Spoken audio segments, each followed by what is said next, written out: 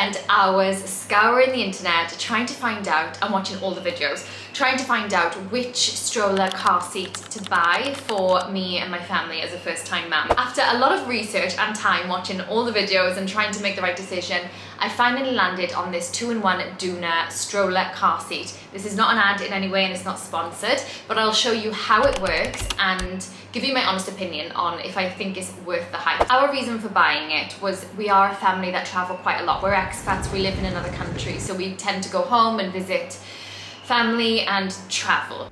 This is the colour I chose. I went for the light pink because I just could not resist. So the stroller is suitable from birth, designed for babies weighing between 1.8 kg and 13 kg.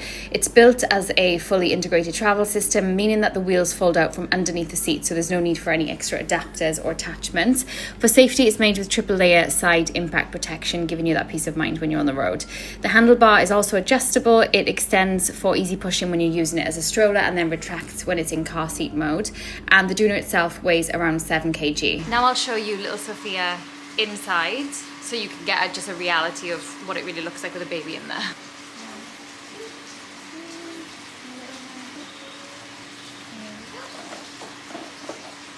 Okay, now we put this one in and put you forward.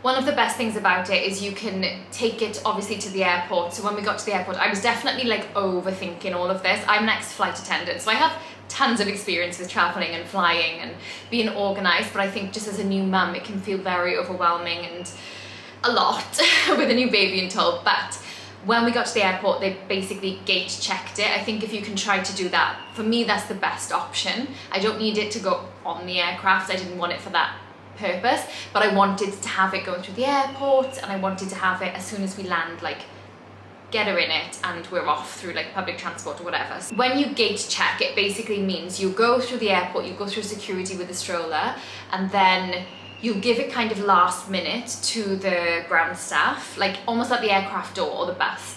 And then when you land in your destination, they should have it waiting for you at the door or very close to the door of the aircraft. You might have to ask someone. But that's basically what it means by gate check-in, and I would definitely recommend it.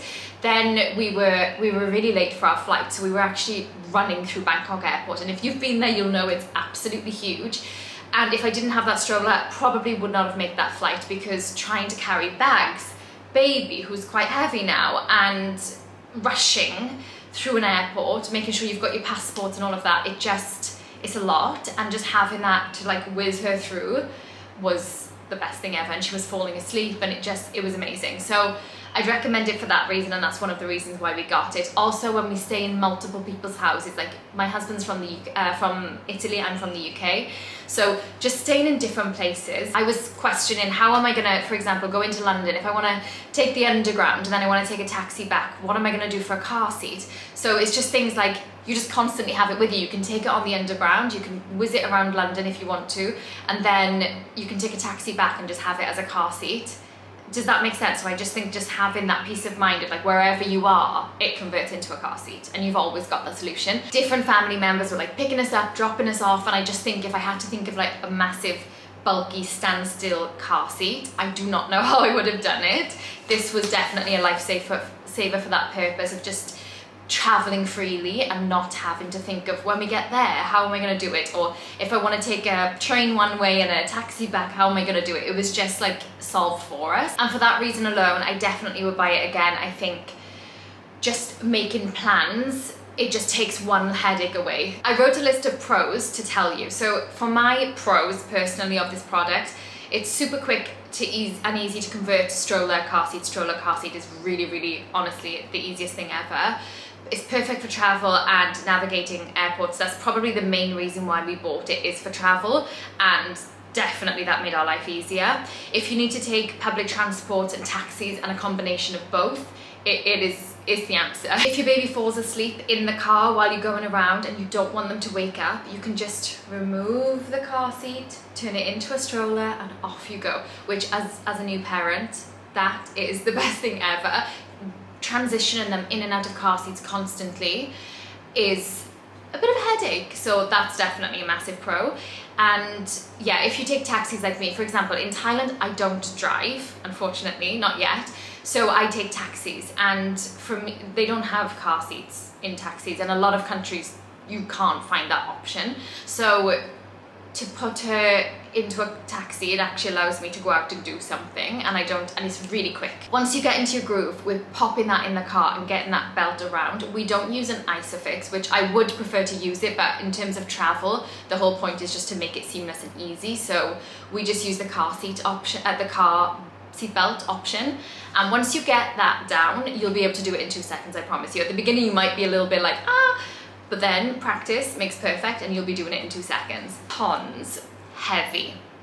I feel like I'm not being fair when I'm comparing it to like a stroller, because obviously if it was a standalone stroller comparison, then it would be different, but it's not really fair to compare it like that, because obviously if I was to carry a car seat, then that would also be heavy, but it is heavy, and to lift it into like a 4x4, like a car that's higher off the ground, you've really got to like swing it in there with full force. I can't really do that with Sophia inside at this stage. I need help, or I'll have to like put it in first and then put her in, which is not the end of the world, but I do find it heavy. It doesn't fold down really compact, but then again, neither would a massive car seat, right? So again, it's not really being fair, but it is bulky in comparison to standalone strollers. There's no storage space. You can buy little add-ons, but there is no proper designated space. And when you're a mum, it can be tricky when you just need to like pop a blanket or pop this or pop that. Yes, you can put it in your bag, but it's not the same thing as having storage. The wheels, there's no suspension, so I couldn't really go out here very much. I don't think it's really designed to be like, let's go for a walk with the Doona. It's more convenience and travel. That's definitely what I would say. But if I was to go for like a walk on the road, which is quite bumpy here in Thailand, there's no suspension, so you can really feel that having an effect on the stroller, if that makes sense. So it's quite deep and narrow. So I had to remove the newborn thing out when she was obviously growing, and it's quite deep. So if you're living in a hot country, that's something to be mindful of. I live in a very hot country and very humid country, so I have to be mindful of obviously we can't keep them in there for very long anyway, you have to be mindful about that in general. But when I take her out, I've noticed that she's very hot at her back, so that's something to consider and something you would have to keep your eye on. My overall thoughts, would I buy it again? Yes, I definitely would buy it again. I think especially if you're planning to have more children, then it's definitely worth the investment. I'd say if you're in one spot, you don't travel very often, maybe you go on holiday like once a year to like one spot, then I'd say maybe look for something that's separate, a bit more sturdy, like a separate stroller car seat, because you don't have too much headache about wondering how to get from A to B. If you're someone who takes public transport and relies on public transport wherever you're living, then I'd say it's literally a no-brainer. And if you're someone that travels, I'd also say it's a no-brainer. It absolutely saved our Europe trip that we just came back from. And I said, like, my partner was a bit doubtful of like, is it worth it?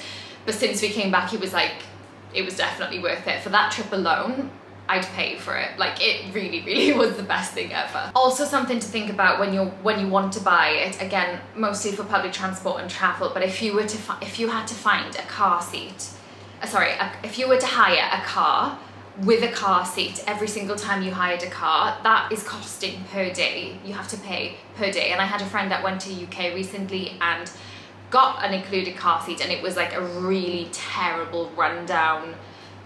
She said I couldn't even put my baby in there, it was that bad. So she had to find another solution. And yeah, I just think all of the headache of trying to find cars with car seats if you're traveling, and taxis with car seats, and that alone is like, give me the Doona. Thank you for watching this video. I hope it helped you make a decision and get a bit of a more clear idea of if this is right for you or not. If you've got other questions, pop them down below. If you've bought a Doona and if you think it's worth it or not, let me know in the comments below as well. And let me know what other videos you want to see. I am so happy to sit and talk about motherhood. I usually talk about productivity, mindset, running a business, like routines, but this is my life now, right? So I may as well share a topic that is reality and it might help you as well. You can also follow me on Instagram where I'm more up to date on there. I share motherhood and daily things there too. So feel free, and otherwise I will see you in my next video.